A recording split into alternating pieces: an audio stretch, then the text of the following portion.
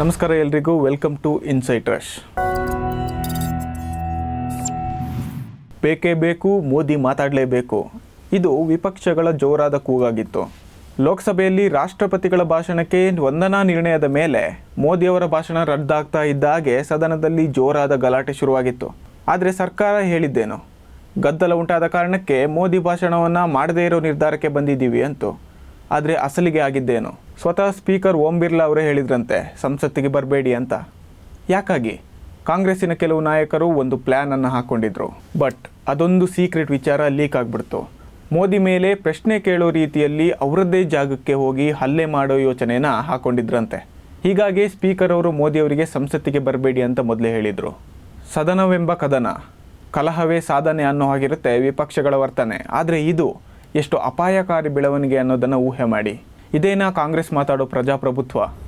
ಇದೇನಾ ಕಾಂಗ್ರೆಸ್ ಮಾತಾಡೋ ಸಂವಿಧಾನದ ಉಳಿವು? ಈ ಪ್ರಶ್ನೆ ಜನರಿಗೆ ಬರೋದಿಲ್ವಾ? ಉತ್ತರ ಸಿಗದೇ ಇದ್ದರೆ ಜನರೇ ಉತ್ತರ ಕೊಡ್ತಾರೆ ಚುನಾವಣೆಯಲ್ಲಿ.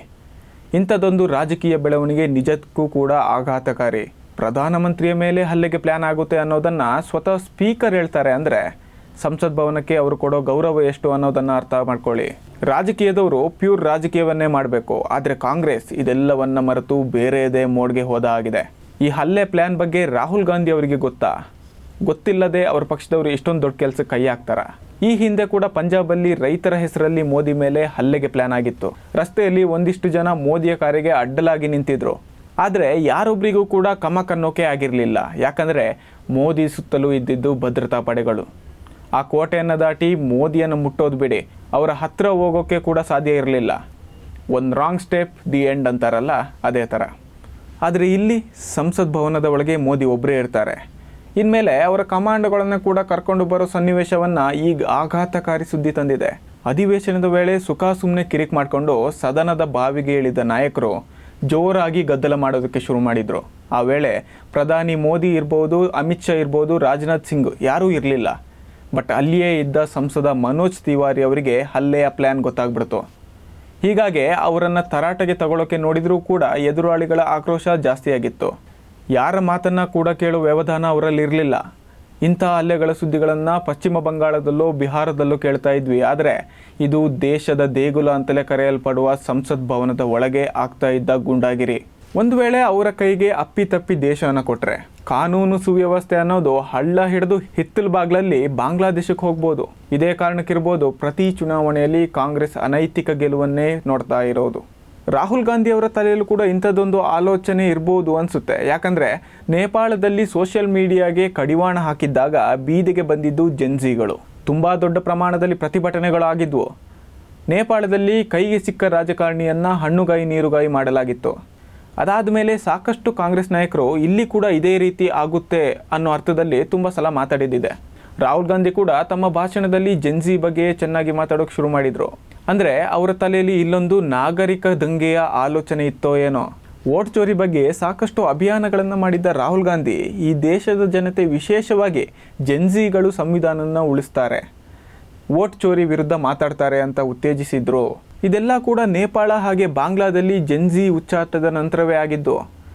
ಹೀಗೊಂದು ದಾರಿ ಇದೆಯಲ್ಲ, ಅಂಕಲ್ ಪಿತ್ರೋಡ್ ಆಗಲಿ ಸೊರೋಸ್ ಮಾವ ಆಗಲಿ ಹೇಳೇ ಇರಲಿಲ್ವಲ್ಲ ಅಂದ್ಕೊಂಡಿದ್ರೇನೋ ಏನೋ.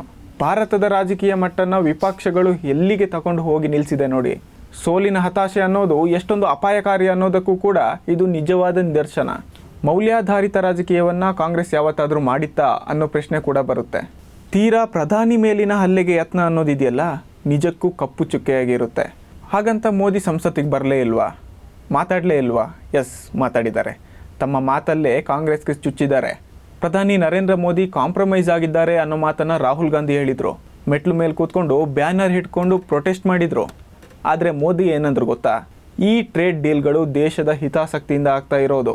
ಮೊದಲೆಲ್ಲ ಡೀಲ್ಗಳು ಬೋರ್ಫೋರ್ಸ್ ವಿಚಾರಕ್ಕೆ ಮಾತ್ರ ಚರ್ಚೆ ಆಗ್ತಾ ಇದ್ವು ಅಂದರು. तुम कितना दुनिया को धोखा दोगे, तुम कितना दुनिया को धोखा दोगे. आईना देख लिया तो अपनी सच्चाई कहां छिपाओगे.